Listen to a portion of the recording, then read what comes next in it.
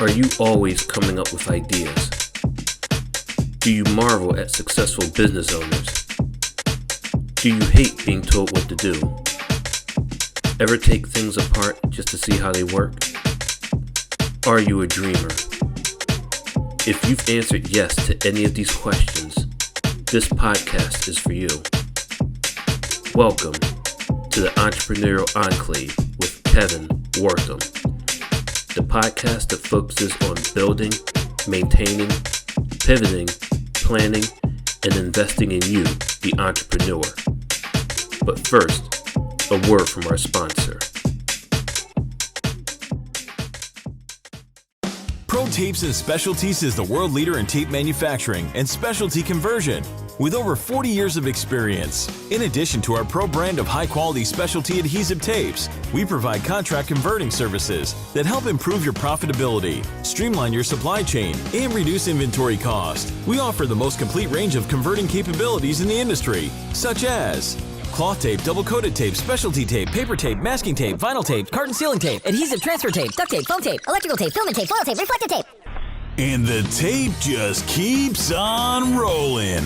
Visit us online today at www.protapes.com or call us at 800-345-0234. Pro Tapes, it's just how we roll. Welcome to another fantastic episode of the Entrepreneur Enclave, Life's Coming Attraction. I am your host, Kevin Wortham. Listen, I am so excited because as we move closer to this and or understanding more about the cannabis industry, I am bringing a brother who is steep in the cannabis, and he is probably arguably instrumental in bringing it to Trenton, to the state, right? Brother Leo, welcome to the platform. How are you, brother? Good morning, Kevin. Happy wake and bake. Yes, sir. Now, was I right, happy wake and bake? I'm trying to tell you, was I good with that introduction that you are arguably instrumental in bringing it to Trenton and to the state? Yes, one of many though. Yes, it wasn't a lone wolf type of effort here. Understood. And there's a lot of people that a lot of folks, and I find this to be the tragedy and everything. Yes, is that there's a lot of people who deserve some credit for getting things to happen. Yes, in regards to cannabis, and a lot of New Jerseyans will never know who these people really are. I do think that's a tragedy. Why is that? Well, historically, this has been an issue in the state of New Jersey for quite some time. I mean, when you talk about cannabis legalization in New Jersey, you got to realize you always, my mother used to say, follow the money. Yes. Absolutely. And absolutely. Yeah. And when you're talking about that, we're talking about three types of money that you're messing with. The first type is old money. Yes. The second type is long money. Yes. And then the third type is big money. Yes. And the old money would be the pharmaceutical industry. They've been operating for generations in our state. Yes. The long money would be the alcohol industry. They've been operating for generations in our state. Okay. And then the big money would be the prison industrial complex. Okay. Which has been thriving in the state of New Jersey. Yes. For generations. Yes. And so New Jersey actually has the largest racial disparity of incarcerated citizens in the country. Yes.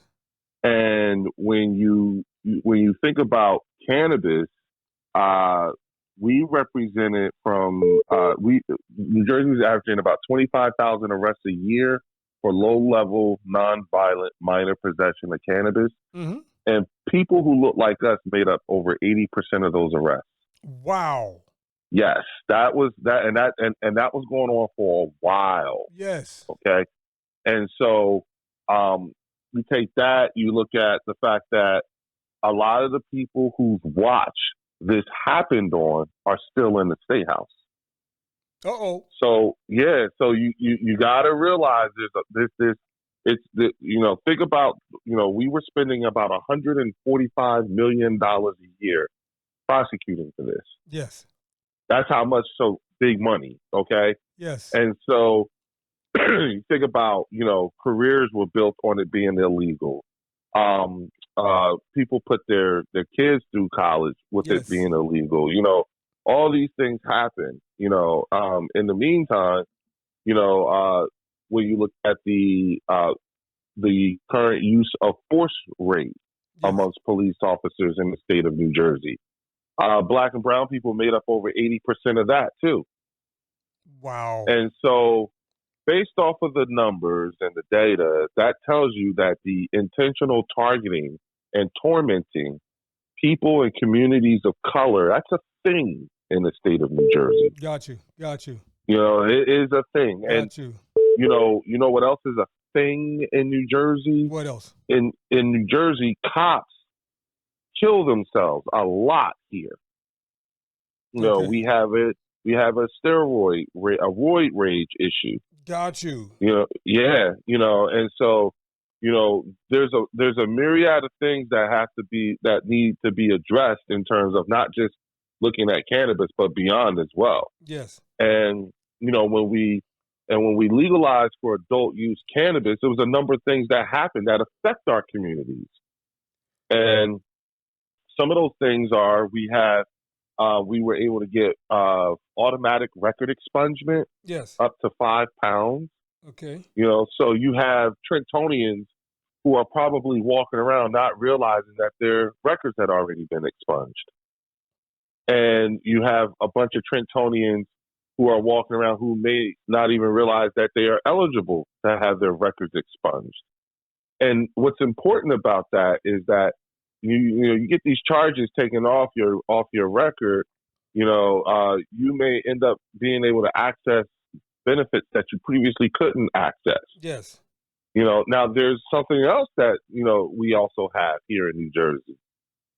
If you have your medical marijuana card, okay, you have job protections. It is illegal for you to be fired from your job, depending on the position. It is also illegal for you to be offered a job and have the job offer rescinded because you test positive for THC, for cannabis. These are things that a lot of people in New Jersey and Trenton don't even know. And so when we were talking and understand something, Kevin, I'm not talking about a program. I'm not talking about a grant. I'm talking about an industry. We're bringing industry. Wow.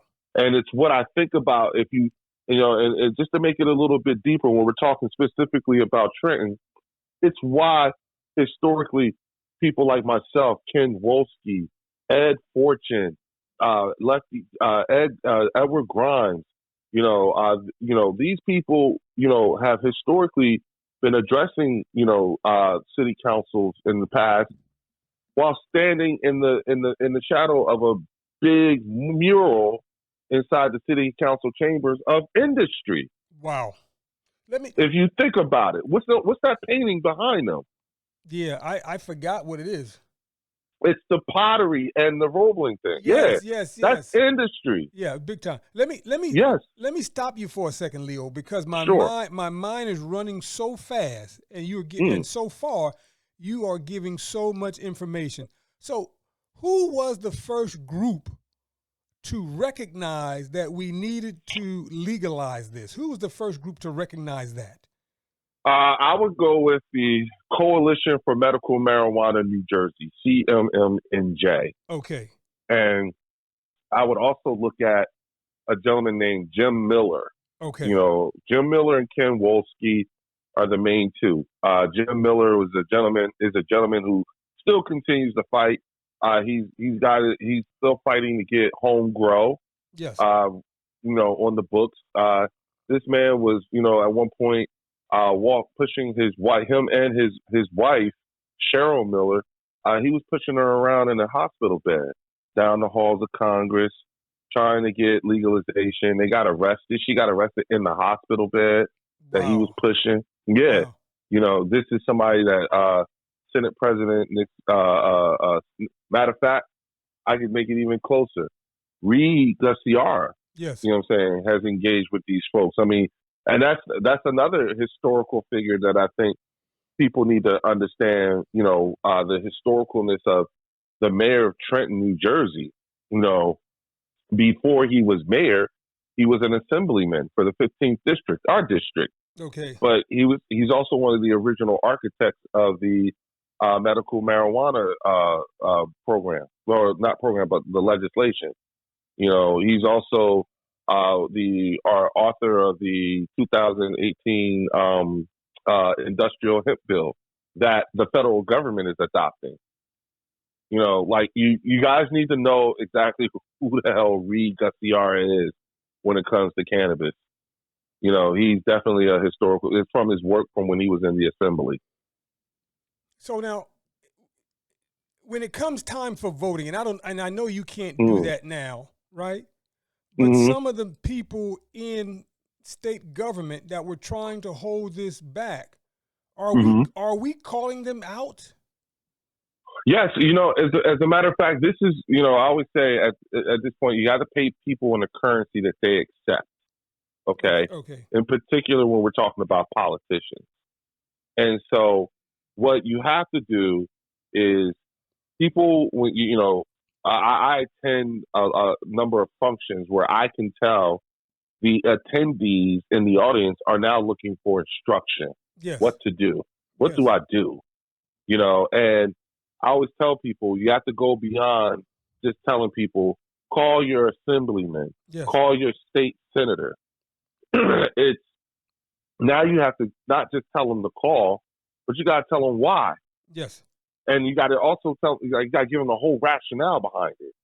And it's, call your state senator, call your congressman, call them all and say, I want safe banking. I want home grow. Now, if you have 10,000 people calling a state senator or an assemblyman or a congressman, or someone, your Congress, your congressional representative, your Senate representative, those folks, what you do, the reason why you do that is because by law, they have to do one of three things whenever any constituent calls them. Okay. By law, they have to either send you a letter, send you an email, or call you back. They have to do one of the three. Got you. Now, Kevin, you got 10,000 people calling you up talking about the same thing. Yeah.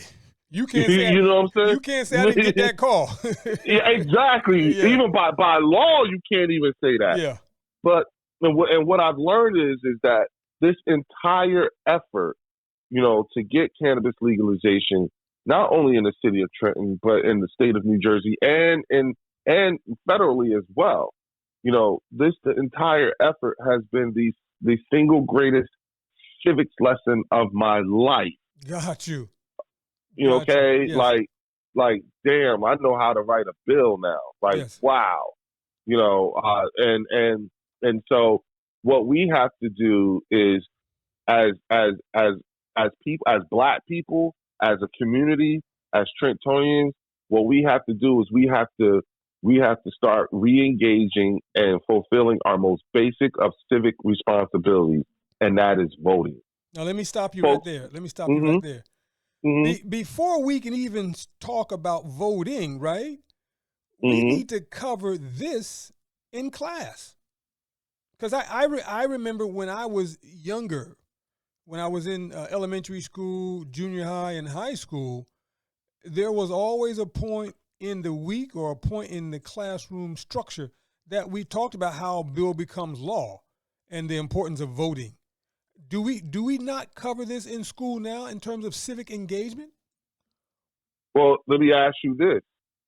What does the voting polls tell you? Look, all you got to do is look at the last results of the last local election. Well, see what I mean? Yeah, that's I got you. See what I mean? But I don't even know if they're teaching it. I don't even know if they're teaching it. And then if they're teaching it, I don't know if they're telling. I just don't know. But listen, but this historically, the numbers have gone down. Well, the numbers have been like this for years, man. Exactly. So that tells you, no, we ain't teaching it like it should be taught. Okay. We're not placing an importance on it. Listen, one thing I'm a straight shooter. Yeah. I'm one of those type of people.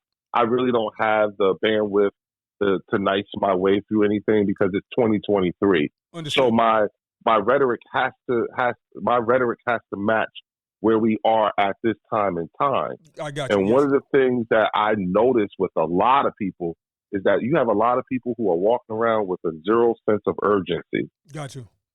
And I can't, and so I personally can't, I can't, nice my way around it. So I got to tell you the truth. Got you. Okay. So because you have to make a decision. This is information. You have to take this information and use it some kind of way. Got you. And so my thing is in 2023, you have to realize that they're moving on with a lot of things already. Yes. Without us. Exactly. Okay. Exactly. Yes. And on top of that, if you could just take a look at Trenton, you know what I'm saying? We are not about to be the majority minority here. Oh, well, we act you like. Listen. You see it, yeah. Yeah. You listen Yeah. again.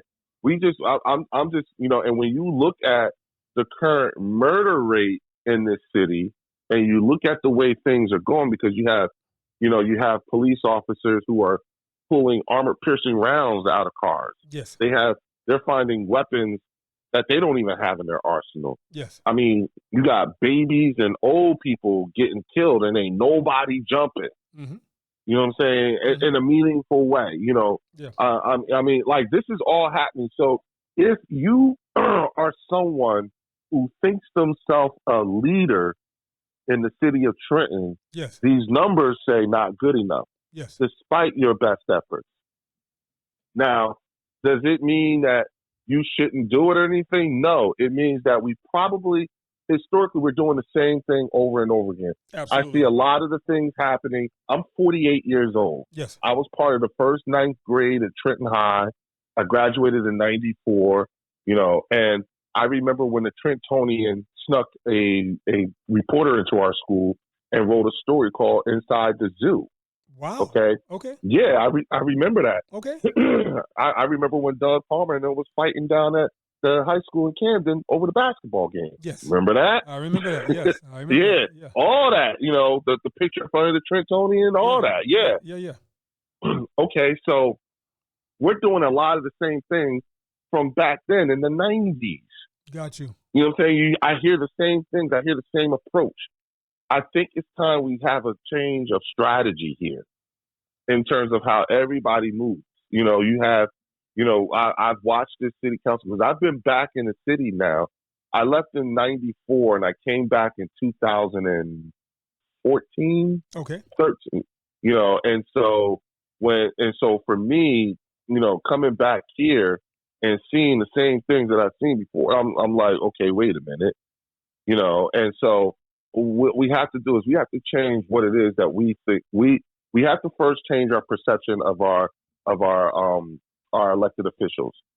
Okay, they work for you. They are your representatives. They are not your leaders. Yes. There's a difference. Yes. Okay, and then number two, we have to think about how we can attract talent here in the city, in the capital. Yes. We have to be able to, let's be honest about what we have working for us. We're 54 miles from New York City and 34 miles from Philadelphia. Yeah. We're sandwiched, and when you think about cannabis, that means you're sandwiched between the number 4 media market in the country and the number 1 cannabis consuming city in the world, which is New York City. Yes, sir. Okay.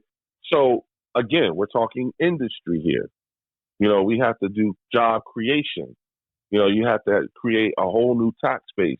I listened to what the North Ward City Councilwoman Jennifer Williams had to say about, home ownership in the city. She's absolutely right. Yes. Kevin, we're 70% renter and 30% homeowner. Yeah. Whoa. Yeah. And mind you, this is only 7.2 square miles. Yeah, which is crazy. Exactly. Which is crazy. And mind you, when you think about where the people actually live, it's more like 4 square miles. Yes. But you would think that the way things work and the way things are, this has been sustained for a while. So that tells you let me also jump in with this. For the number of people that we have that are working through these not-for-profits. You would think that there would be one area that we should be able to eradicate something, but we can't. No, you know what? There, in 2015, Mercer County was the first county in the state of New Jersey to 100% eradicate veteran homelessness. In 2016, Trenton, New Jersey was ranked number 18 on the most IT prepared cities in the country. Number 18. We were the only city in the state of New Jersey to get on the list. And I still don't see that. So I don't know that's how. That's the point. There's so much, because what went into those rankings was real estate, location to cities like Philly and New York, the median job, all of that. It was like basically it was a shotgun blast to the IT world. You better start looking at Trenton. The problem, the city council at those times. If you think about how city council was, the last two, this current one. Understood. If you just go back to the last two, I got you. It helps to explain how all those things that were going for Trenton never translated. It never translated because we never had a local government that was on the same page. Our executive branch of local government and legislative branch of local government were always infighting. There was never any, So again, if you look at the way things are, it's in some people's best interest that things be just as they are. Very true. You see what I'm saying? No, I got you on that one. There's money to be made in all of this misery. Absolutely. I mean, think about it. What possible sense could it make to put a methadone clinic in downtown Trenton? Right? But then, so what business are you actually going to attract? Yeah. And then, not only did you put the methadone clinic in downtown Trenton, but you mixed children up with it when you put the school down there. Yes. So again, what are we doing here? This is the, time for when oxymoronics is starting to get a little played out here. Yeah. And that's what, again, speaking hard truths, because right now I don't have the bandwidth to be nice about anything. And I have to tell, I got to tell you where we are right now. Yeah. It has to match, my rhetoric has to match where we are. And please do not confuse what you're hearing from me as arrogance. It's not that. This is urgency. Understood. And so me having to, having gone through, and again, it's through advocacy is how the cannabis business revealed itself to me. And understanding that Black people make up less than 4% of representation and ownership in the industry, that's an issue. Yeah. But when, but the thing is that as a people, we are not time appropriate in our fundamental understanding of this plant nor this industry. Got you. Not enough of us are doing it. Now, a big reason for that is because we still subscribe. A lot of us still subscribe to old, outdated ways of thinking about this. The number one hardest group of people to talk to about cannabis legalization is Black church people. Number one. Are you serious? Most people, yes. Most people don't realize Black church people are way more conservative than what you would see on Fox News. They still call it gateway drug and all that. They still talk that way. Wow. Yes. And the thing is, because if you think about it, I just told you, we make up 4%, less than 4% of ownership, representation in the industry, right? Now, historically, the Black church, the African American church has been viewed historically as the gatekeeper to the African American community. Now, the second hardest group of people to talk to is Black people. Black church people and Black people. Black people, yes. Yup. You know why? Because we're largely suffering from PTSD over the illegality of the plant. Got you. If you think about it, what has it done? It's killed people. It's broken up homes. Yes. You know what I'm saying? Yes, I got you. Exactly. Mm-hmm. You know what I'm saying? And then the third hardest group of people to talk to is our Latino brothers and sisters. And that's because they got bigger problems to worry about, like ICE, you know what I'm saying, Yeah. and undocumented shit. So those are the things but interestingly enough, a lot of them are coming from countries, particularly in Central America, where cannabis is federally legal from a medicinal aspect. Okay. So it's not like they don't necessarily not know about this. Yes. It's just different. You know what I'm saying?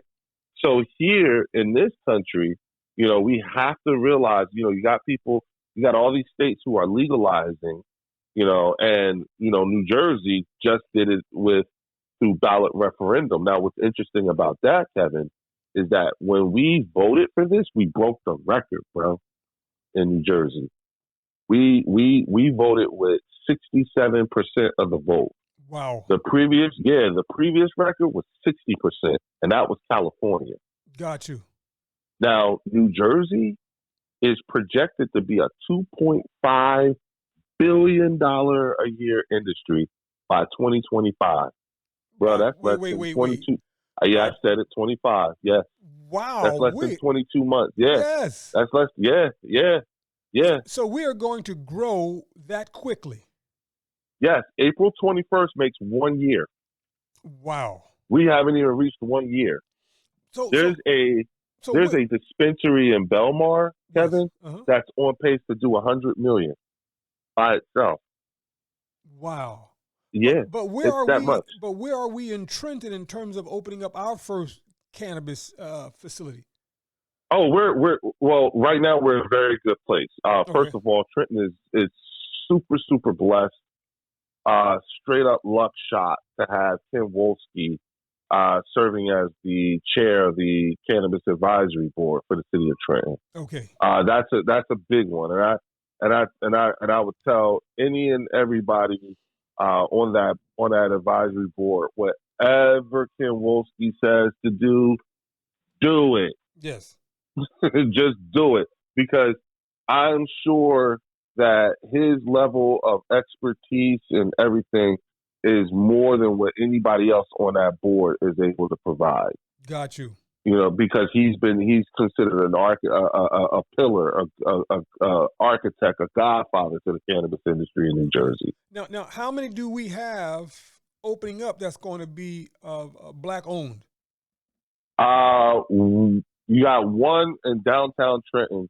That's going to be Simply Pure. Yes. That's owned by John Dockery.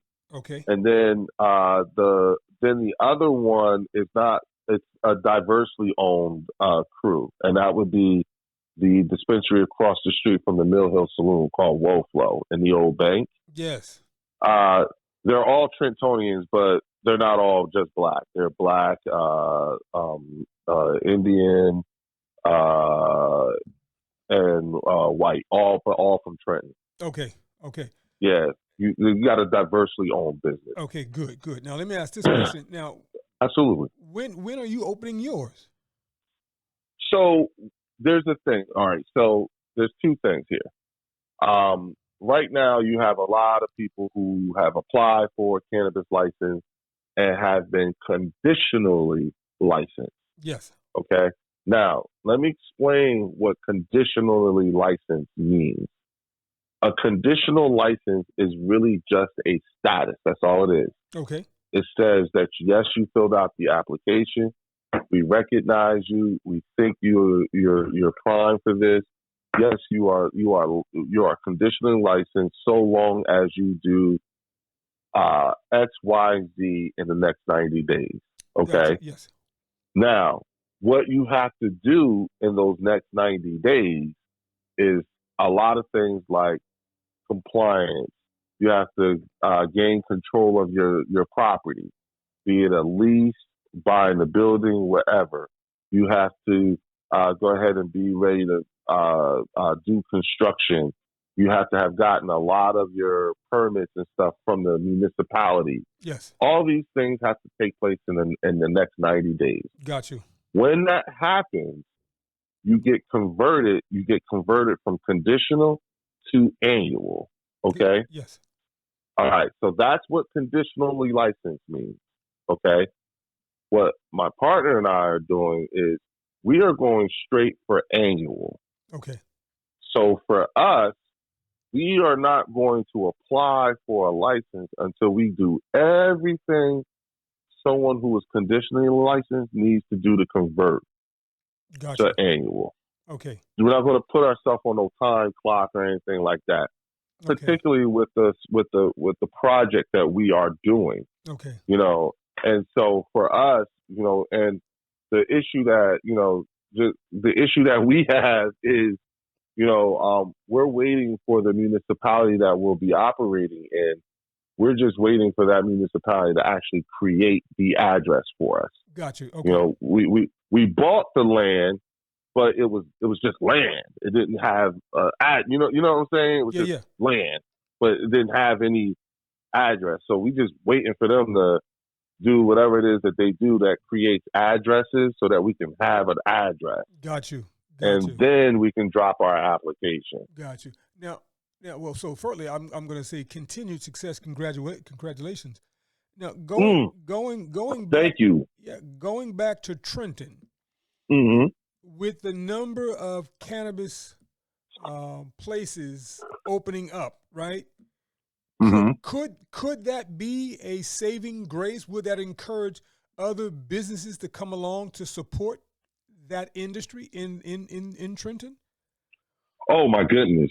So there's a couple of things that, you know, we have to start thinking bigger. Okay, Yes. like I'll give you an example of where I'm at in my head. Okay, you remember the Roebling block?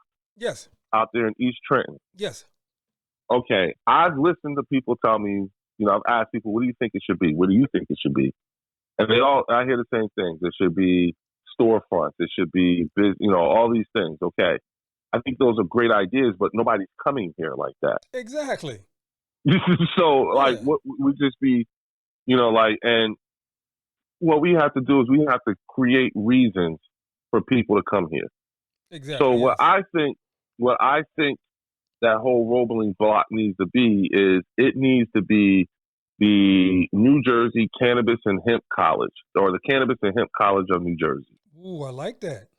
We need to do, we need a decortification center, and the decortification center is when a decortifier is something that, it's a machine that separates hemp stalks and stuff and breaks it down so that you can use all parts of the hemp to create, you know, things like hempcrete, hemp wood, you know, fabric. Yes. There's, you know, like all those things. But because this is such a new industry, you know, we need to centralize the education behind this. Yes. And why not do it right here in the capital city? I love it, man. I love it. You know, you create, you know, because then, you know, I mean, you're right there off the river line. You're right there off of 129. You can get to Route 1 real quick. Yes. You know, so, you know, and on top of that, it creates it's not generational wealth, it's generational revenue for the city. You know, because and that revenue is not dependent upon the market value of the price of a pound of weed. Yes. You know, and so just like how, you know, Prudential decided that it was going to set up shop in Newark and be the business that sets things off and brings Newark back. Yes. I believe that this is the opportunity now to attract the type of educational companies that would partner not just with the city, but with the state in a massive project that would turn that property into a campus, so a place where people continuously come to get educated about this. We could do research out of those buildings. So there's a myriad of things that would create a whole nother, more firmer tax base within the city. Now, who have you shared this idea with? Well, I talked with, of course, got to give props to City Councilwoman at large, Josie Edwards. Yes. You know, I definitely spoke to her about this. and a few other colleagues within the business as well. So it's something that is actively, being spoken of. It's just a matter of, finding that right partner to see that same vision. And that's where we're at with it. I mean, because again, right now, what we need to do is we need to start doing things that make sense for the city.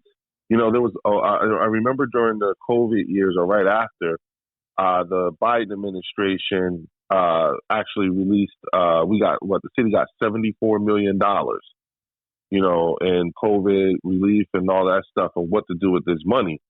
And my first thought process was like, anything that we do, there needs to be a return on investment.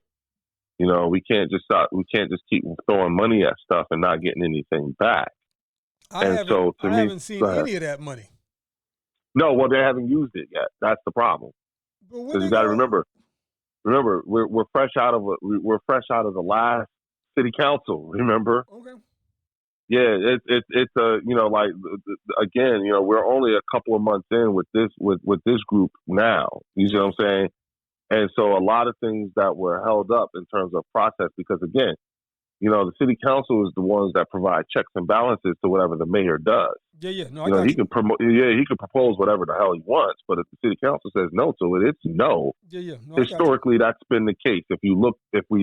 Now that we have time, that's the best thing about where we are is that hindsight is 2020 now. Yes. You know what I'm saying? So I think that, with everything what we have going on at this time in time, understand something. We're still in the recovery. We're only in year 6 of the recovery of 8 years of Christie. So there's a lot of things, especially when we're talking about the cannabis industry, there's a lot of stuff that we got to be where we are today is remarkable, to be quite honest with you. Okay, I got you. Now, I mean, we're talking a lot now. Do you know of anyone who's been incarcerated that has come out and said that they have a license or a conditional license to open up their own shop in the Trenton or Mercer County area? Yes. Simply Pure, John Dockery. Okay, awesome. Awesome. Yeah. He's the one that you look at. That's like, it's proof. And see, the thing is that, there's right now, New Jersey, and when I'm in New York, I'm saying this to New Yorkers as well, because I think it's important, that people understand. You can't talk about cannabis legalization in New Jersey and not say anything about New York or Pennsylvania. Or they go together. Yeah. And it's the same thing in New York. You know what I'm saying? You cannot talk cannabis legalization in New York and say nothing about New Jersey and Connecticut. Yeah. Especially in New York City. And so what you have to understand is right now, the state of New Jersey is looking like ground zero for the next evolution of the cannabis industry. Wow. Yes, this is ground zero now. Wow. Because we're the first state to offer technical assistance in the form of education and access to capital in the form of grants to minority, women, veterans, and now legacy folks. Wait. And access to grants to start. How did that come about? So when New Jersey legalized for adult use and the governor signed, it took him a couple of months to sign the legislative bill. What he signed on to was 70% of state sales tax revenue goes to impact zones. Yes. Cities like Trenton and Camden, Newark, Atlantic City, and so forth, right? 30% goes to police officers. But what we also added was there is a social equity excise tax fee, okay? Or excise tax, I'm sorry. And 100% of that excise tax goes to the social equity program. Got you. Okay? Now, that social equity excise tax is on a sliding scale. So as the market value of the price of a pound of weed goes down, that excise tax goes up and it caps at $65 an ounce. Got you. As the market value of weed goes up, that excise tax goes down. Okay. Okay. And so, and that's in perpetuity. Okay. And so, when you, and New Jersey is going to be adopting its own definition for legacy as part of policy. Now, the definition in New Jersey for a legacy operator is an individual who, one, commercially for the majority of their income, or sacramentally or ceremonially distributed cannabis, two, outside of the legal framework, and three, during the period of prohibition, four, for a minimum of 5 years before legalization. Okay, break that down, brother. Break that down. I think I understand. Not a problem. Yeah. So it's like, basically, it's like saying Nut, Mucho, and Ray Ray in them on the corner. Yeah. That's always been there since way before. Yeah. They can now go on down to the New Jersey State Business Action Center, fill out an application, and get help to get a license for whatever. Got you. And there's money to help them. There's money out there to help them, and it's free. Wow. And and see, what people need to understand is that, because most of the time, like 98% of the time, when people tell me they want to get into this business, you know, and I ask them, have you ever done this before? And they go, no. And I'm like, well, what do you want to do? And they be like, I want a dispensary. That's the first thing you hear people say. Yes. And it's like, no, if you've never done this before, what the hell? You know what I'm saying? Yeah. You ain't got no, you know, you have to know what, you know, and I tell people all the time, especially professionals that say they want to do it. Yes. It's like, well, what do you do for a living?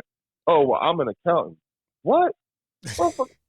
Hey, you need to be doing the books for some of these dispensaries, not trying to own the dispensary. Yeah. That's your business. Yes. Accounting services. You see what I'm saying? Yes. You know, it just turn whatever it is that you do. Yes. And then the other thing is that knowing exactly what license type you actually that fits your bill. Gotcha. Because one of the things that New Jersey has that a lot of states don't have is we have a micro version of every license. So there's a micro retail, a micro cultivation, a micro manufacturing. And here's the thing. It's not all just dispensaries and cultivation sites. Kevin, if you were somebody who is really, really good at rolling joints, gotcha. Okay, if you can roll a good joint, yes, and people, like, you're so good, people want to hire you to roll their joints. They want to pay you to do it. Brother, that's a manufacturing license. Wow. Exactly. Wow, okay. You see what I'm saying? I got you. If Nut, Ray Ray, and Mucho and them on the corner were to, all three of them were to go get a have their cars, if they have cars, then the three of them can put their heads together, put their money together. That's a delivery license. Yes. And the thing is the thing about delivery is that delivery will have access to inventory. Got you. And what that would look like is, think the ice cream truck model. You know how the ice cream truck goes to the creamery in the morning, loads up on all the ice cream, yep, and then they're just out in the neighborhood for the day. Yep. That's what I'm not saying it's going to be like an ice cream truck, but that's the model. Gotcha. You know what I'm saying? You want to think about. You know what I'm saying? And so you're able to do that. See, we're not just talking about facilitating a cultural shift in how we view this plant. We're also talking about facilitating a massive, massive transfer of wealth. And the logistics behind it almost can't be quantified. Yes. And so right now, what we're talking about is we're at the stage where we're talking about workforce development. We need worker bees. Yeah. You know what I'm saying? And you got a lot of people out there who, in the last couple of years, have gone from Canna Curious to Canna Serious because they had to. Yes. COVID took their jobs and they ain't coming back. Mm-hmm. Mm-hmm. You know, you got a lot of people who have to do who are making a career change, like in their 40s. Yes. You see what I'm saying? So this right here, you know, for a lot of people, this has to work. Yes. But what they don't understand is if this was a television show, I'm in season 12, episode 6. They're in season 1, episode 7. Got you. You know what I'm saying? Yeah. Got you. You got it. You know, Yeah. I need you to, you know, and I was recently just talking to my lawyer about this because her name's Jessica Gonzalez. If you don't know who she is, look her up. You know what I'm saying? But she and I were talking, and we were just talking about the old days. That's what we call them now. Yes. The old days of advocacy and trying to make things happen, and who's here, who isn't. And she said, Leo, thank you for everything you've done and helping me and helping us. And I'm like, girl, we still got work to do. And she said, yeah, I still got to talk with people. And I said, listen, from now on, when you talk to people, you have to start dating them. And she said, what do you mean? And I said, when they ask you a question, you got to start telling them what year that question is from. Yes. Oh, that's 2018. You see what I'm saying? Yes. Because what that does is that enables them to understand, like, okay, if you're upset about this thing, understand that was the time to be upset was in 2018. Mm-hmm. We done fought over it and resolved it. Mm-hmm. You know what I'm saying? Now, if you wanna go ahead and have that conversation, do that without me because I don't have the bandwidth to sit there and go back 5 years. Yeah. and speed you up. You know what I'm saying? Yeah. Like, because every time I do that, you know what I'm saying? Guess what I'm not doing? Yeah, you're not. I'm not building. Exactly. Yeah, no, I'm with you, bro. I'm with you. Yeah. And you know, and I told her, I said, you have, and even still, you have to be now you got to be guarded about who gets your attention. Yes, sir. And it's not because you think you just you can't give everybody. It's a little piecey. You can't give everybody that no more. Yes. Not now. Not you. Yeah. You know, there's a new generation of activists and everything like that. And the thing is that, you know, my evolution into the business world is a form of activism because I have to be on some I can show you better than I can tell you type of tip.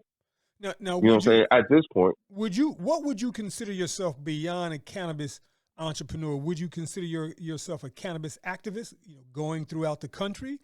How would you classify yourself? I am a cannabis veteran activist entrepreneur. Got you. Okay, so you said the word veteran, so I'm going to say thank you for your service. My honor. Now, is there a special license for those who have served our country? Not a special license. We just we're in the priority list as well, along with minorities, women, and formerly incarcerated. Okay.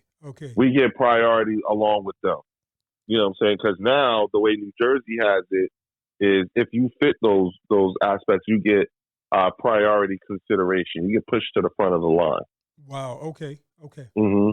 I love it, man. I love it. Wow. Yeah, this is what's been going on. This is what's going on right now. Yeah. You know, and what people need to know is that it's all happening around you, but for some odd reason, it's just, you know, folks aren't clued in on what's going on. And that's another thing that's very frustrating because the birth canal of this industry is right there on West State Street.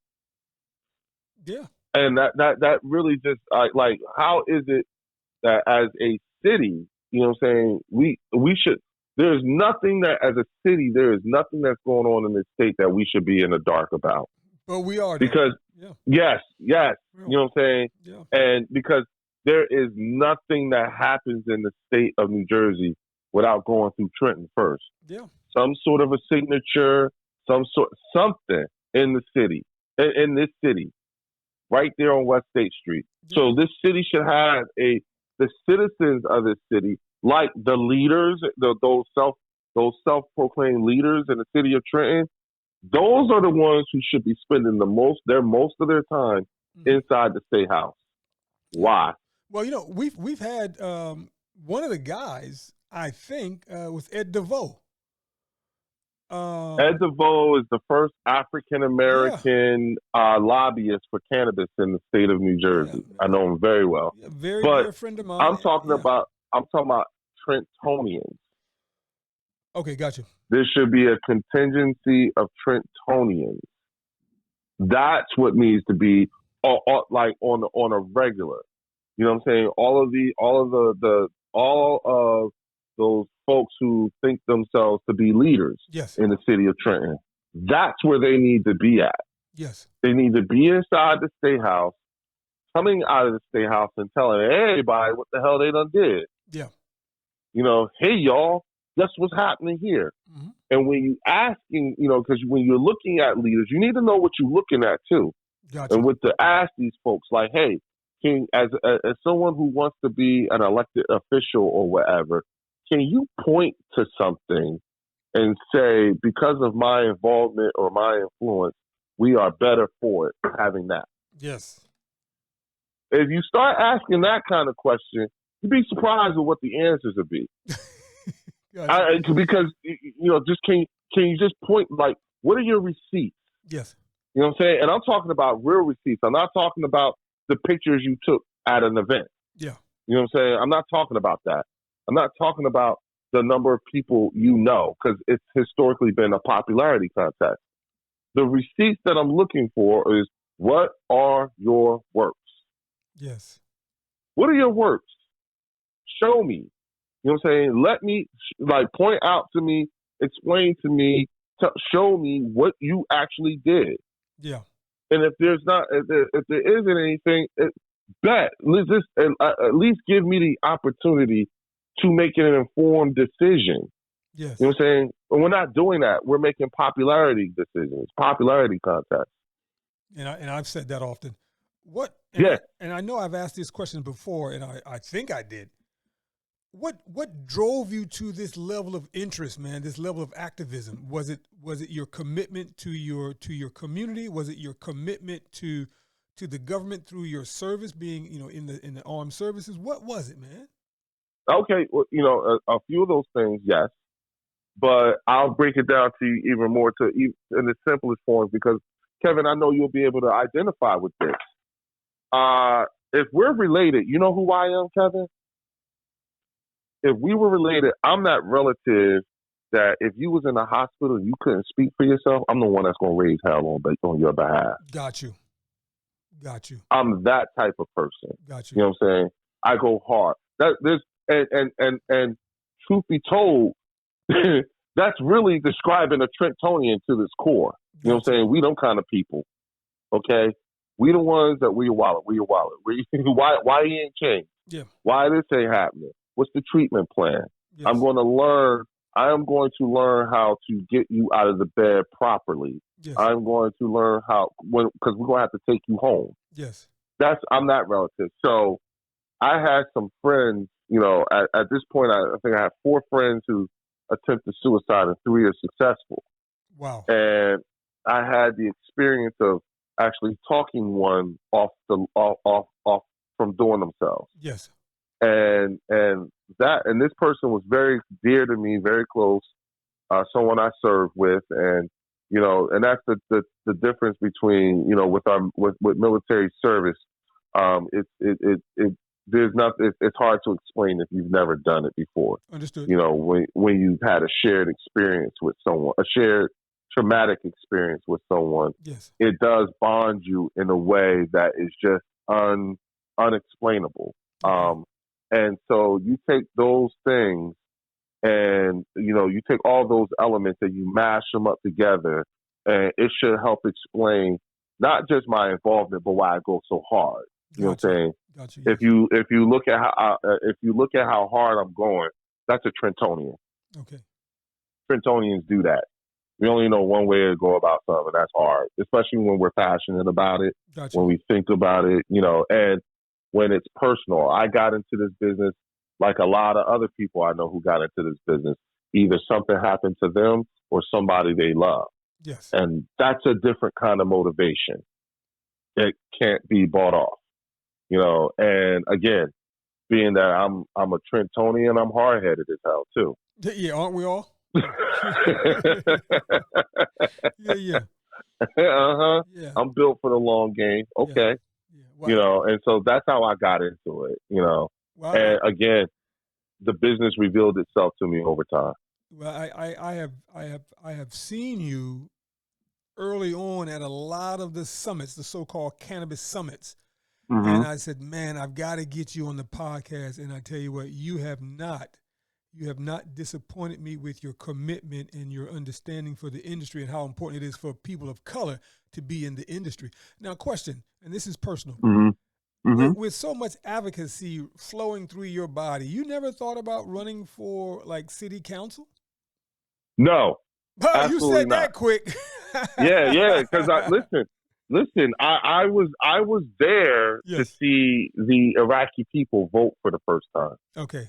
I was there. I was in Baghdad to see the Transitional National Assembly take their seats for the first time. Yes. My actual career field is telecommunications, DoD telecommunications. Yes. So I really did work for General David Petraeus and Admiral Mike Mullins. Yes. And being in those seats and understanding, I learned one thing. One of the biggest things I learned is, number one, it is much easier to bring down a government than it is to actually run one. Okay. And then number two, be careful who you put in these seats of power. Yes. Because when you get in these chairs, your decision making becomes different real quick. Yes. Now, cannabis is literally that much of what these people got to think about. Okay. And I need to be able to maneuver and operate untethered. Got you. You know, and as a soldier, you know, I took an oath to the Constitution of the United States, okay? Yes. Which means that I am a protector of the realm. Yes. I want all things what's best for the realm as I see fit. Yes. And so, like a lot of people, and I ask this question, you know, a lot of people, who are you most loyal to? Are you loyal to the capital city of Trenton, the capital city of New Jersey, or the people of Trenton? And there's a difference. I understand. You know what I'm saying? And so for me, as a protector of the realm, my loyalty is to the city, to the state, to the country. Yes. As I see fit. And if I stay disciplined to that, at times, it will put me in direct alignment with the people. At other times, it will put me in direct conflict with the people. Yes. At times, it will put me in direct alignment with the administration. And at times, it will put me in direct conflict with the administration. Because what I have to say and the way I think, it's not personal. I'm never talking to Reed Gussiar. I'm talking to the chair. Yes. Okay, so whatever I have to say, it's for the it's not that it's for the chair, it's for the position, yes. It's for the title, it's for the responsibility.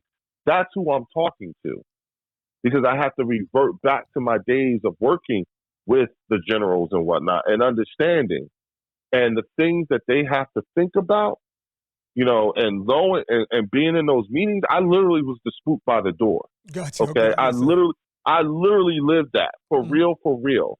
And I learned that there are decisions that have to be made that I don't care what your background is, you don't want to be a part of that. Yeah.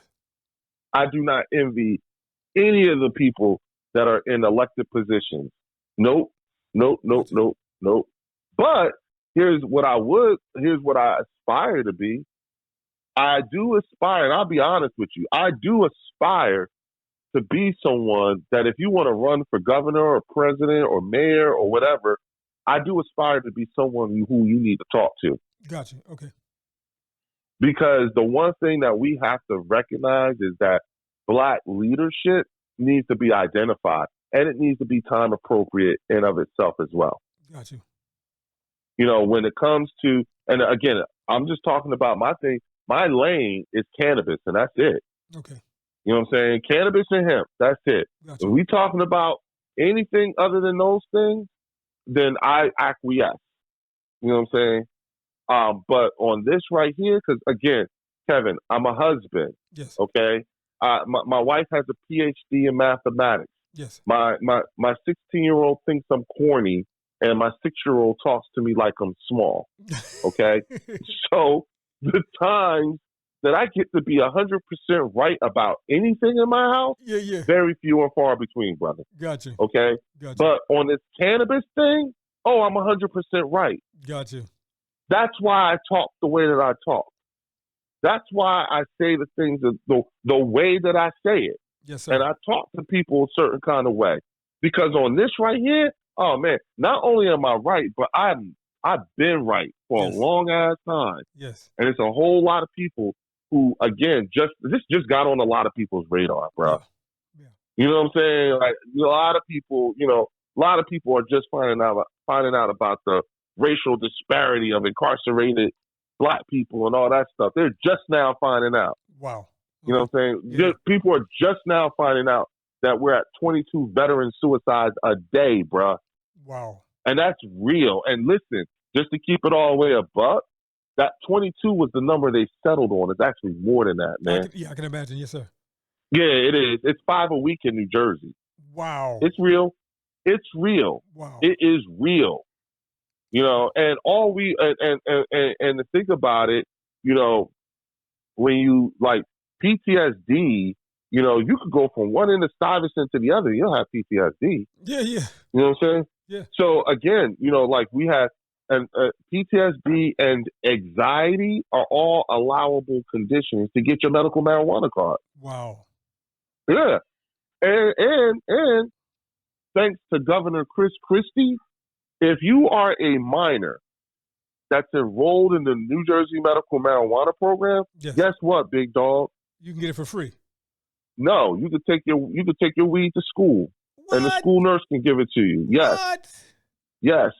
Wow. The Governor Christie fixed that because historically before what would have to happen is parents would have to leave their jobs, come to the school, take the kid off of school grounds, give them their cannabis, and then bring them back to school. That's it, and then go back to work. That's insane. Wow. That's crazy. So Governor Christie signed that cleanup legislation that allows for school nurses to administer the cannabis as long as the kids bring it to them. Wow. Yeah, the only thing they can't do is smoke, but they can do lozenges and gummies. Yeah. That's they can crazy, have that. That's crazy. Yeah, but you know what else it is? You know what else it does? It gives them protection. Yes. Because now, you know, in New Jersey, older is no longer probable cause. Yeah. You know, okay? So, again, a police officer has an issue with a kid with his cannabis, whether he's smoking it or not. As soon as he pulls that medical marijuana card, conversation over. Yeah. You know what I'm saying? Leave that kid alone. You know, that like these are all the things that have been passed. And now police officers in New Jersey are allowed to consume cannabis when off duty. In between shifts, right? And what's the correct? Time, and what's the time allotted? So correct. We'll have like the normal 8 hours. Correct. But we again unprecedented. Got you. You see, now think about this. You know, what do you think this is saying to the rest of the industry? You know, and because here's again, we're talking factors here. Because remember what I said, you can't talk about this and not say anything about New York and Pennsylvania. You know what I'm saying? And Connecticut and Massachusetts, to be honest with you. Yeah. So let's look at the tape. Let's take a tell of the tape. In Pennsylvania, that market is tanking. Mm-hmm. They only have medical, okay? And in New York, it's a big cluster. Yeah. Okay? It's going to take a minute before they undo this cluster, okay? So again, what does that mean for us? Well, our market has actually been stable here.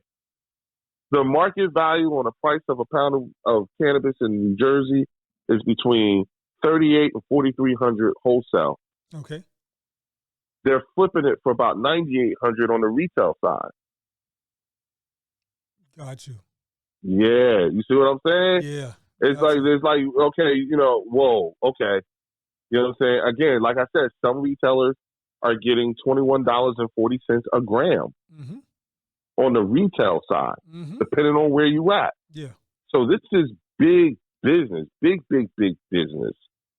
You know what I'm saying? We're talking about flipping, and mind you, Kevin, we're not talking about moving, paying robbing Paul to pay David. You know what I'm saying? Yeah. We're you know what I'm saying? We're talking about brand new off the books money that just showed up. Yeah. You know what I'm saying? Robbing Peter to pay Paul. I'm sorry, that's what I said. I got it wrong. No, yeah, I robbing Peter. Peter. Yeah. We're not robbing Peter to pay Paul. You know what I'm saying? Mm-hmm. And so, so what you have here is you got brand new off the books money. Yes. Now, we hit the 1 year anniversary on April 21st. Yep. April 21st, we'll know what the 1 year numbers are. And whatever those numbers are, we did it with less than 30 something dispensaries in the whole state. Wow. So imagine. And these are the types of things. So technically, all of Eastern Pennsylvania is our market. It's still our market. Technically, New York City is still our market. And what I do know is that legal New Jersey cannabis is making its way as far west as now Pittsburgh. It's showing up in Pittsburgh. What do you mean? People are coming here yes, to buy it and take it yes. back? Wow. They're coming here and to New York, Western New York, to get it. That they're buying, like we're getting legal customers from that far west. Yeah. You have. Now what happened? You bought your legal weed in Jersey, but let's say you get stopped on the Pennsylvania Turnpike. What happens now? Can they confiscate that? That you're subject to Pennsylvania laws. I don't know. Okay. I have no idea. But see, here's the thing, and just think, because there's things about this area that you have to be from here in order to know. For instance, people in New York actually come to New Jersey to buy their cigarettes, but people in New Jersey go to Pennsylvania to get their cigarettes. Yeah. But people in Pennsylvania and New York come to New Jersey to get their gas too. Yeah. So it's not unusual for someone to go from Philadelphia to New York every day for work. Matter of fact, there's people that go from D.C. to New York every day for work. Yeah. Mm-hmm. So there's already this natural interstate commerce that takes place here. Mm-hmm. You know what I'm saying? Tourists wouldn't know that. You know what I'm saying? That's not something a tourist would know. Mm-hmm. You know what I'm saying? Again, you got to be from here. Now, understand something, Kevin. Within a 250 square mile radius of the capital city of New Jersey, Trenton, okay, you're talking 27.5 million people. Mm-hmm. And 20 million of them are over 21, bro. Wow. Yeah. Wow. There's like again, you know what I'm saying? These are things that you have to talk about. New York City consumes 77 metric tons of cannabis a year. Okay? Yes, Karachi, Pakistan is number 2. New Delhi, India is number 3. Los Angeles is number 4. And Chicago is number 8. Wow. Now, understand something. New York and Chicago did 1 and 8 with this being illegal. Yes. Okay? Yes. You can't even combine 2 and 3 to get to number 1. Yes. If you combine them two, you still ain't got number 1. Wow. Again, these are things we have to and understand something. What are we talking about in season 12, episode 6? Well, in season 12, episode 6, we're talking science, technology, engineering, art, and math. Yes. In season 12, we're talking about establishing and cultivating international trade routes. Yes. That's what we're talking about in season 12. The ICCI, which is the International Cannabinoid Institute out of the Czech Republic, they're the governing authority for this in Europe. Okay. Cannabis just got taken off of the UN's banned schedule list of drugs. Okay. That just happened like a week ago. Wow. Okay. Okay. Got you. Yeah. You know what I'm saying? So again, we're like the way this is moving as far as the rest of the world is concerned. Mm-hmm. You know what I'm saying? But see, here's the problem. That's not what we're talking about. When you hear this brought up and everything like that, we're still saying gateway drug. Yeah. You know, gateway drug. Someone who still says gateway drug, that's the equivalent of someone who still calls black people colored. Yeah, yeah. You'd be like, ooh, what year are you? Yeah, yeah. Colored? We ain't said that in years. They date themselves. Got you. You know what I'm saying? You have two types of people in every level of government in this country. Only two.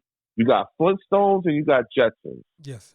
Now, those designators transcend race, religion, gender, and more importantly, those designators transcend age because there's some young-ass Flintstones out there, Kevin. Gotcha. All right? Yeah. And I love the Flintstones. Yeah, go. Right, but you know, and the thing is that you know who these people are based off the words that they use. So Absolutely, if they're still saying gateway drug or dope and all that stuff, you already know. Yeah. You know what I'm saying? Now, what I'm also finding out is that there are a lot of Jetsons out there who are pretending to be Flintstones. Gotcha. You know why? Because it's much more profitable for them to be a Flintstone than it is for them to be a Jetson. Gotcha. They know better. Yeah, yeah. Okay? Mm-hmm. So again, hence why I said, you know, the time for oxymoronic politics is over. Yeah. You know, we really gotta, you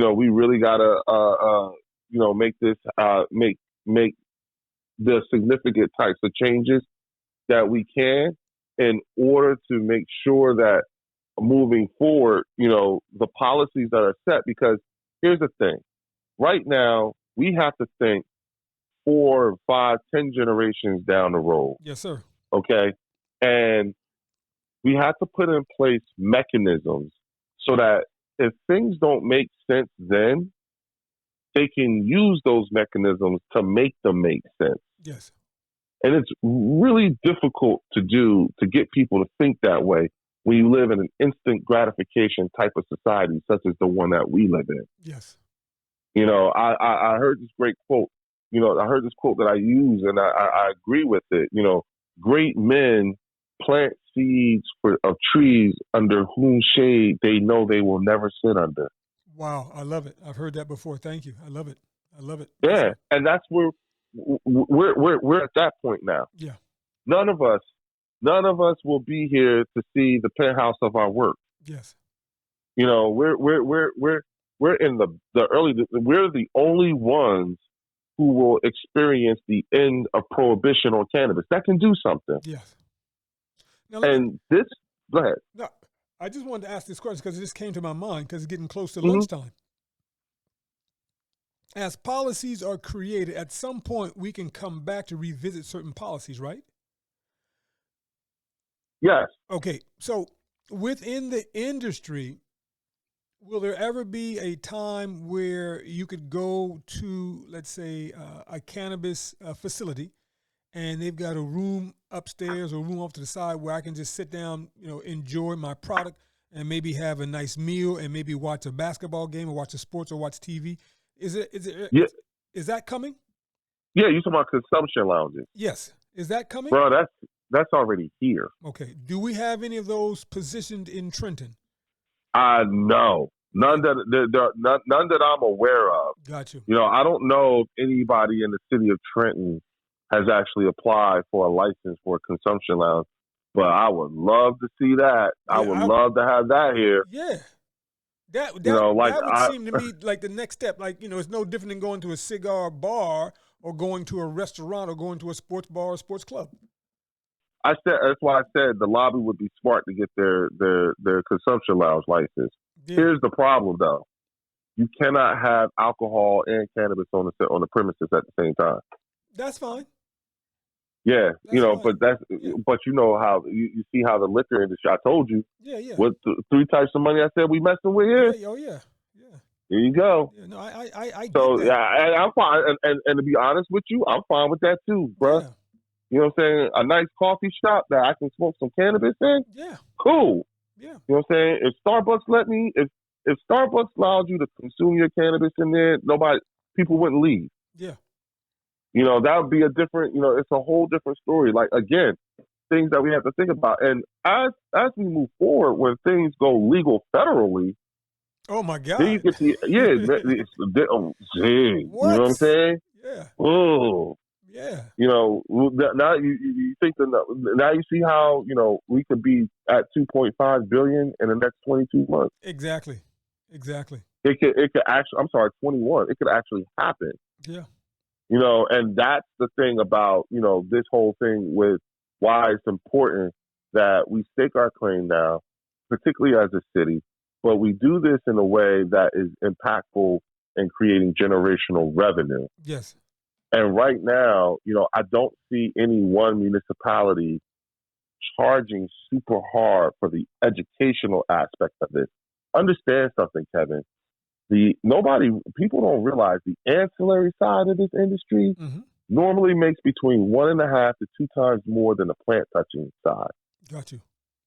Because the ancillary side is everything that has something to do with the cannabis in support of. Yes. So we're talking packaging companies, we're talking HVAC, we're talking electricians, yes, we're talking accountants, we're talking lawyers, we're talking construction folks, we're talking all these things have to happen. Now, here's the thing: that sounds like jobs to me. Sound like jobs to me too. Exactly. Sound like a good ass problem to have. If you ask me, I like it. Yeah. And mind you, when this goes legal federally, now we have to think about import-export. Yes. We got to think about interstate commerce. Mm-hmm. You know what I'm saying? Every problem is a job. Yes. That's a job in order to address that problem. Yes. You got to create a job. Mm-hmm. Sounds interesting to me, don't it? It's very interesting. When you were talking about interstate commerce, I was thinking about how do you transport, marijuana legally from New York to, maybe get something like Federal Express or Cannabis Express, right? Uh-oh. You better get that, man. You better get that URL. Better do that. Lock that up. Well, you and I got to talk offline. That might be our next business venture, man. What? Cannabis Express, for home delivery or when you've got to take your product, across country or across the state. We are legal to transport it. What? Do you know that like there are things that there's a bag for so many things in this industry. Yeah. Like for instance, years ago I went on GoDaddy and I bought Cafe 420 NYC, 420 Cafe NYC. Okay. Cafe 420. All these these are domain names. Yes. Right now. What do you think has happened since New York has legalized for adult use? All those names people are trying to register those names. Exactly. Yeah. I get offers for those domains like no one's business. Yeah. And I say no because they're not high enough for me. Got you.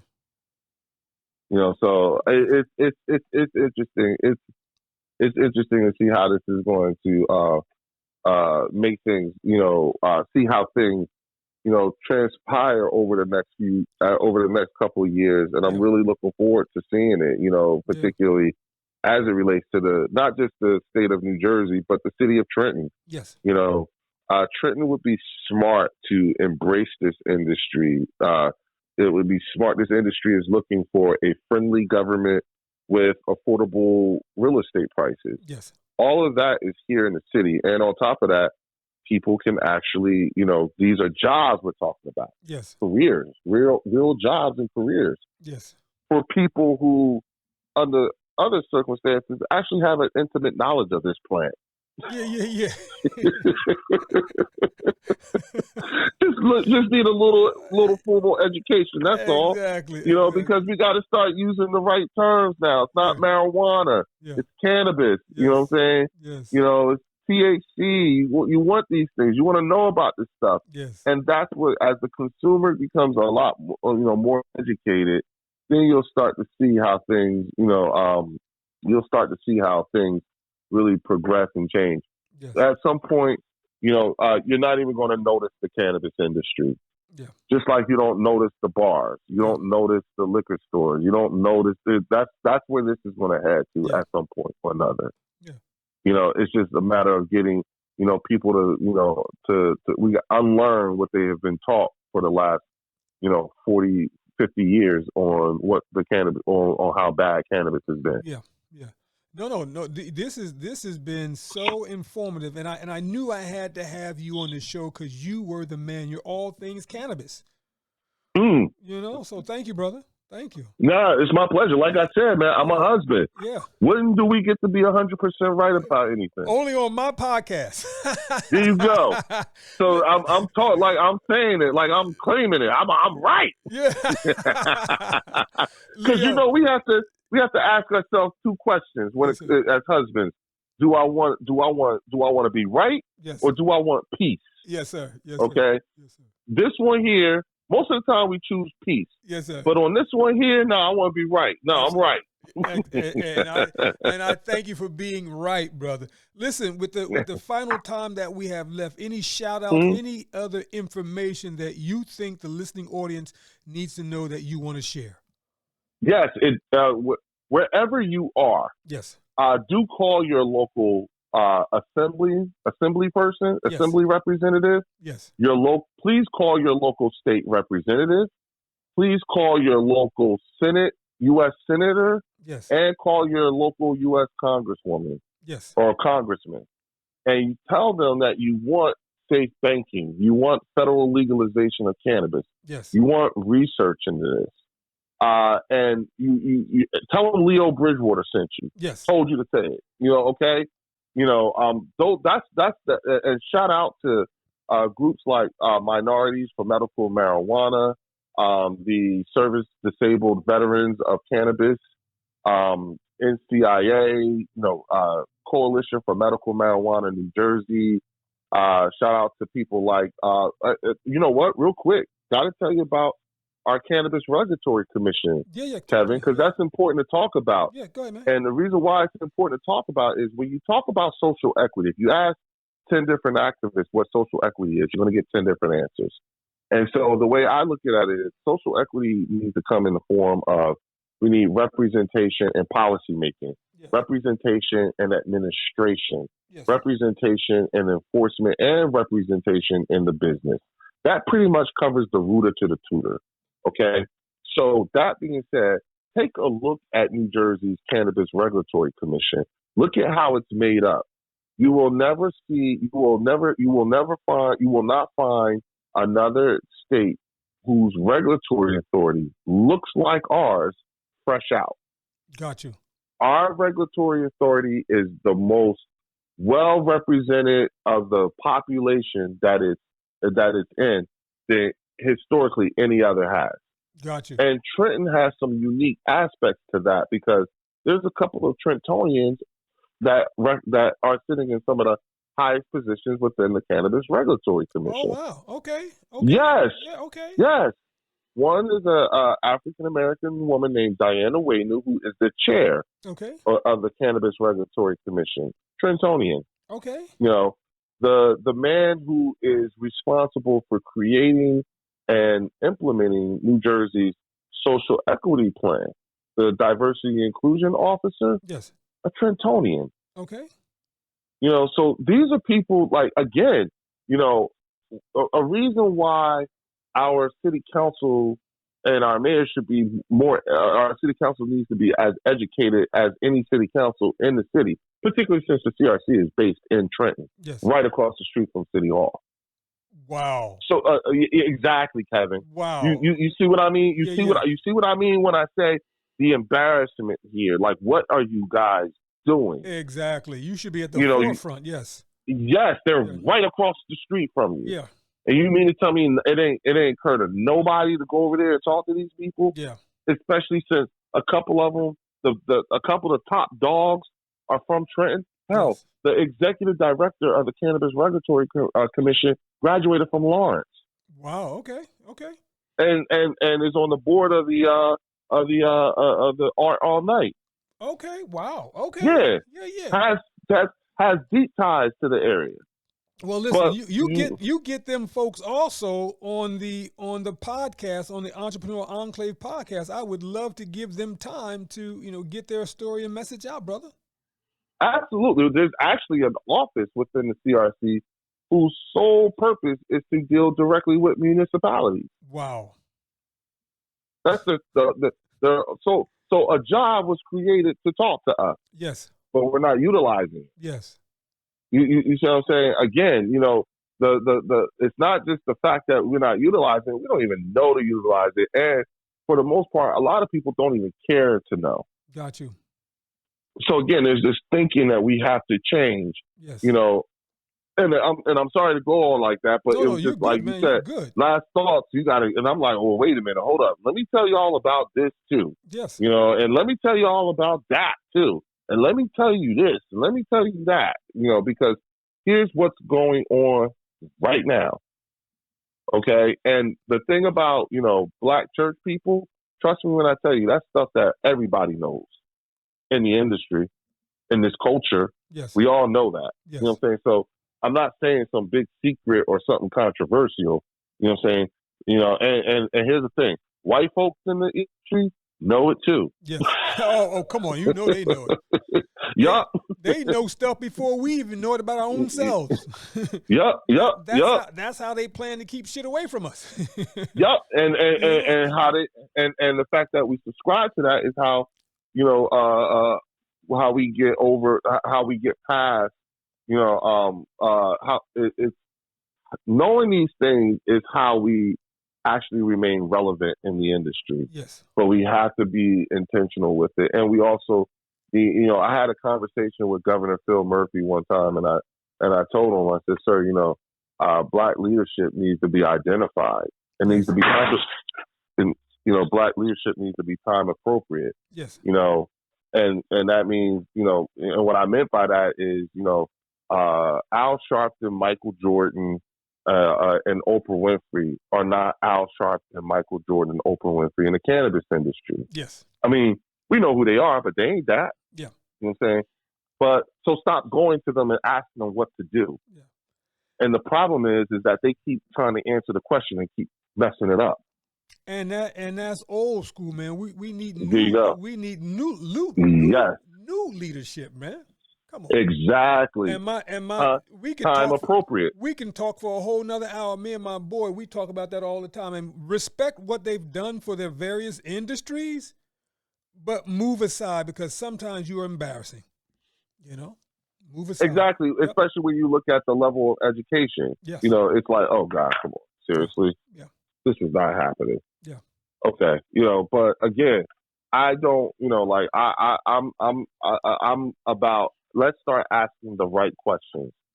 Let's get off the popularity contest. Let's stop doing that. Yes. You know what I'm saying?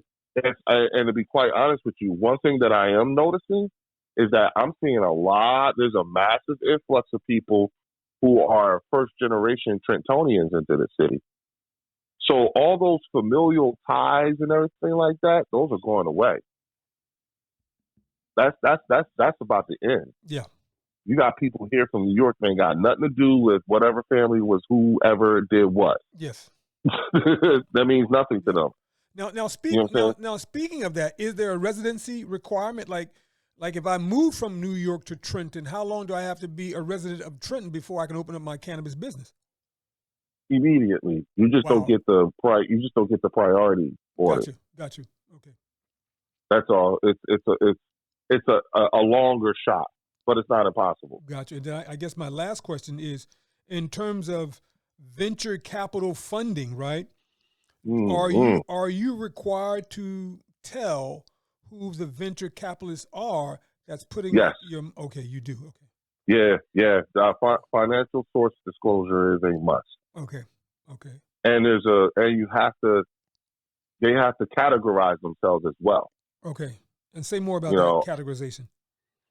The capital that they're providing is for real estate purposes. Okay. The capital they're providing is for CapEx. Gotcha. The capital that they're providing, because understand something too.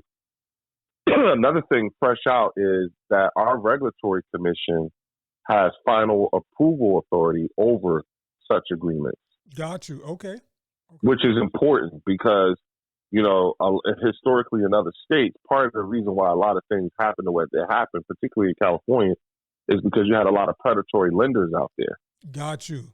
Because you couldn't go into a bank, a traditional bank for a loan. Mm-hmm. It's still federally illegal. So, the banking system, and with it being federally illegal, that's an opportunity the state of New Jersey is missing out on as well.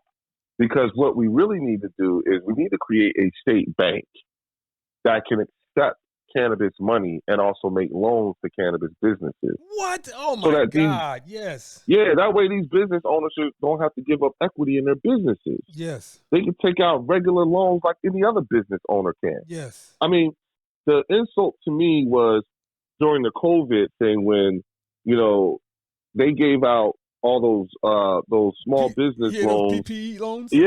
Yeah. But cannabis businesses were prohibited from applying for them. Yeah. So that means you made me sit here and watch y'all pass out all this PPP money to all these different businesses, and I can't even get any. But you're gonna make me help you pay that shit back. I'm sorry, pay that stuff back. No, good. And one of the running jokes on Facebook was all these people that open up casinos. Right. You know what I'm saying? Or hotels or B&Bs. Like, what that?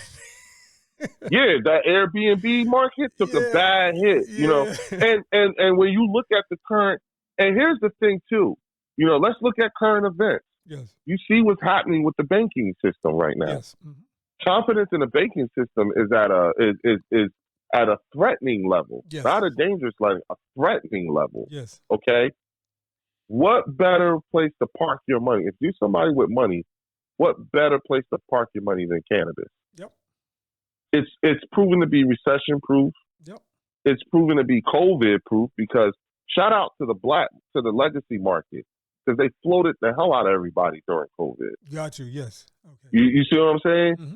Mm-hmm. People remember cannabis was at first during the shutdown. In the first couple of months, it was considered a non-essential business. Then it became an essential business. Yeah, you stressed out. I need to relax. Yes, sir. I need and and that's what I'm saying. Like, dude, like people need to realize if you want to, when you look at the instability of the financial markets and whatnot, you need places, safe havens where you could park your money. Yes. So to your venture capitalist ideas and stuff like that, this is the time to start investing in these, conditional license winners. Yes. These folks that are trying to convert these especially in particular in the state of New Jersey. It's a hot market. Maryland just legalized. Wow. Okay. Maryland just legalized last November. Wow. And understand something. Everyone is, caught up in the idea that Maryland just hired its first African American governor. Well, guess what? That brother was the director of diversity and inclusion for GTI. He was a cannabis C-suite executive. Yeah. Got you. Okay. Got you.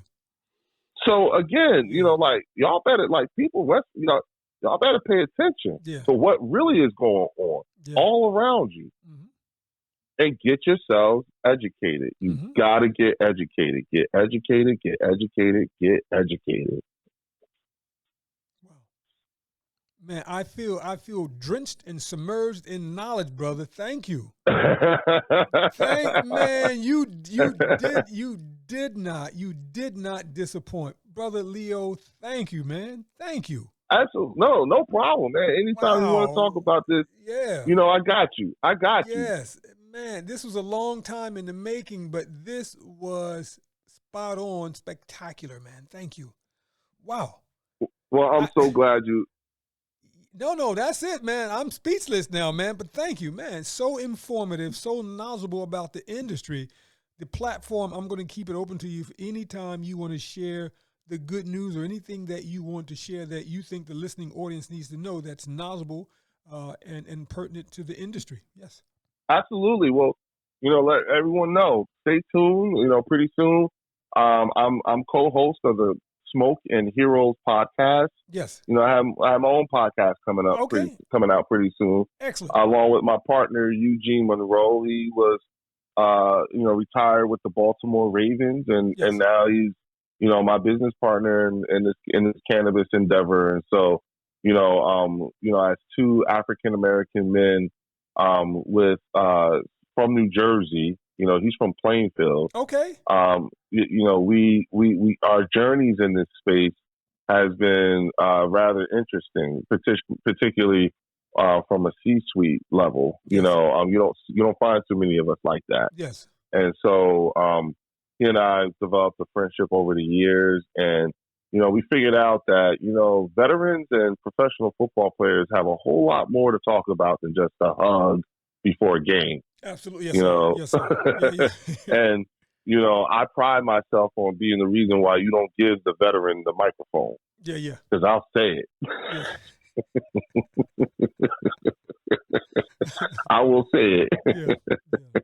Well, keep us posted, man. Keep us abreast as to your podcast and the success of your business. Absolutely, yeah. We'll be releasing it all on Spotify, iHeart, YouTube, all that stuff. You'll be able to follow us and hear more stories and meet some of the people that I've come across through my journey in this industry. And getting the other, folks the opportunity to really speak their minds. I'm just a vessel, Kevin. I just want to be a vessel by which the industry works through. Yes. And by being such, it allows me to see things and to speak on things so long as I again remain untethered. Yeah. And that's the reason why I've decided I don't want to run for office for anything. And I can see that now, and I can respect that even more now. Yes, sir. Thank you. Thank you. Brother Leo, thank you, man. Let's talk in text, and let's stay connected, brother. Absolutely, man. You stay in touch, okay? Talk to you then, man. Thank you, sir. All right, take care. Bye-bye. Bye-bye. That concludes another episode of The Entrepreneurial Enclave with Kevin Wortham, the podcast that focuses on building, maintaining, pivoting, planning, and investing in you, the entrepreneur. We hope you found this episode informative and enlightening. If you have any questions or comments about any of our episodes, please call 609-731-9311 or email kevin@minding-our-business.com. We look forward to joining us for our next one. Until next time.